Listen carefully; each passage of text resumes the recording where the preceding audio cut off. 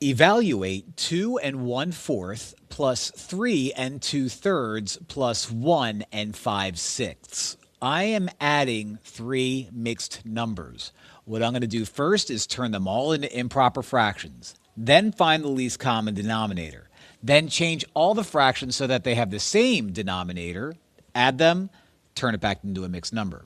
First, I want to turn all of these into improper fractions. How do I turn a mixed number into an improper fraction? Multiply the whole number out in front, which is 2, to the denominator, which is 4. 2 times 4 is 8. Add that to the numerator. 8 plus 1 is 9. And now you have 9 over 4. Let's do it again. I am going to multiply the whole number out in front, 3, to the denominator, which is 3. That gives me 9. Add it to the numerator, which is 2. 9 plus 2 is 11. And then write your denominator as 3 still.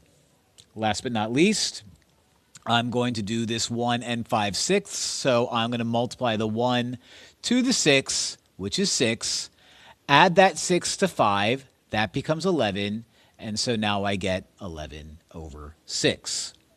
Now to find the least common denominator, what I can do is write down all three of the denominators I have. 4, 3, and 6. I am going to write out a bunch of multiples for these guys. And the first number that appears in all three lists is going to be my least common denominator. So let's do a couple 4s. 4 times 1 is 4. And then times 2 is 8. And then 12, 16, 20, and we'll leave it at that. Now let's do the same thing for 3. 3 times 1 is 3, times 2 is 6, times 3 is 9, then, 12, then 15. Now I see that 12. I wonder if that's going to happen for 6. I wonder. The multiples for 6 are 6 and, oh, look at that, 12. So I have a 12 in common in all three, and that's the first number that is in common that appears first. Kind of redundant, but that's okay.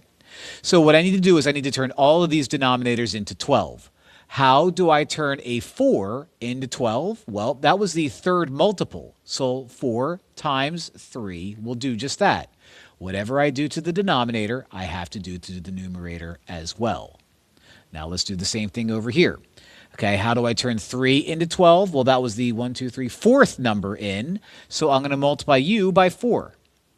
Whatever I do to the denominator, I do to the numerator as well. How do I turn 6 into 12? Well, 6 times 2. Whatever I do to the numerator, I do to the denominator. I said that backwards, but that's okay. Now, let's do all this multiplication. 3 times 9 is 27. 3 times 4 is 12. 11 times 4 is 44. 3 times 4 is 12. 11 times 2 is 22, the Taylor Swift special. 6 times 2 is 12. Now, when adding fractions of the same denominator, you just add the numerators the way they are. So let's go off to the side and find out what 27 plus 44 plus 22 is. 7 plus 4 is 11. 11 plus 2 is 13. Write out your 3, carry the 1. 1 plus 2 is 3. 3 plus 4 is 7. 7 plus 2 is 9. That gets us 93. So again, when adding fractions of the same denominator, add the numerators. That number becomes 93. Now, when adding or subtracting fractions of the same denominator, keep the denominator the way it is. Now I have 93 over 12. That's an improper fraction. I need a mixed number. So I'm going to use long division to find out how many times 12 goes into 93. Well, 12 goes into 93 7 whole times. 7 times 12 is 84. Now we subtract these numbers. 93 minus 84, 3 minus 4, can't do it, so borrow from you, make you a 13, and 13 minus 4 is 9. Now with no more numbers to drop down, 9 becomes my remainder. So How can I write that out as a mixed number? The quotient that we got, 7, is the whole number that lives out in front. My remainder is my numerator, and the denominator of 12 stays the denominator of 12. Oh, but we are not done. Not yet. I noticed that 9 over 12 can be simplified. Both of those numbers are divisible by 3. So I'm going to divide them both by 3.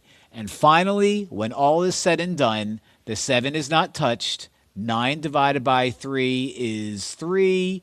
12 divided by 3 is 4.